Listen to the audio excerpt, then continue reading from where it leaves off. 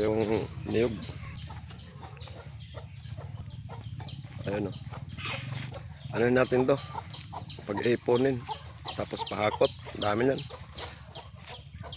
Anoin ko pa yung mamaya. Kung malaman. Yun o. Kung sa Bisaya at pupon na ito lang. Ano pa yan, hindi ko pa naas. Ayun lang. Yun o. Sikasuhin ko na ngayon. O, nasa likod. Dito. Ano ko yan, upok-upok yung gan. Tumpok-tumpok ko yung mga niyog. Para mahakot bukas. Hindi niyo makikita dahil maraming talahib. Bye-bye. Managkagat pa ako ng tambubuan. Pati sa katawan ko. Mamaya pakita ko sa inyo. Buti lang hindi ako napunta talaga doon sa pinakabahay niya. Sa gilid lang. May kinuha kong niyog. Sabi, ayun o.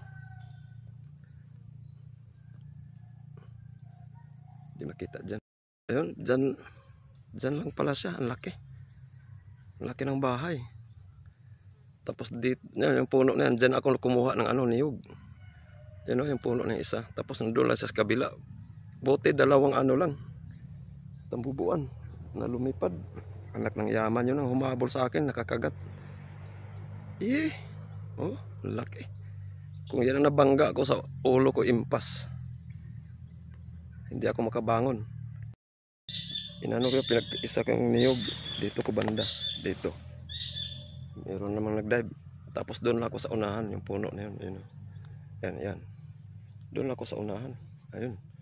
Distritin yan. Doon ako. Pero doon sa kabila yung bahay. Anak ng yaman. Dito lang talaga palipat-lipat yung na yan.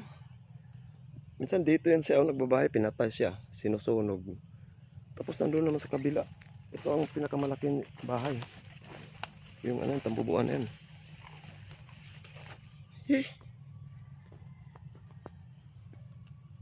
Yan o. Yan ang malaki. Inano ko na o. Hakot na lang kulang nito. Ayan o. Pinagkumpul-kumpul ko na. Yan. Sa mga punuan.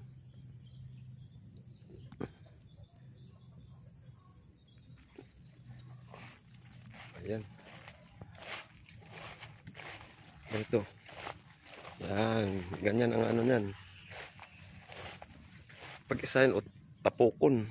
Ayan naman. Hakot na po. Ayan. Bye-bye. Ang tumbo namaga. Ayan o. Ito. Yung isa sa ulo dito. Sakit. Yung ulo na yan. Dito.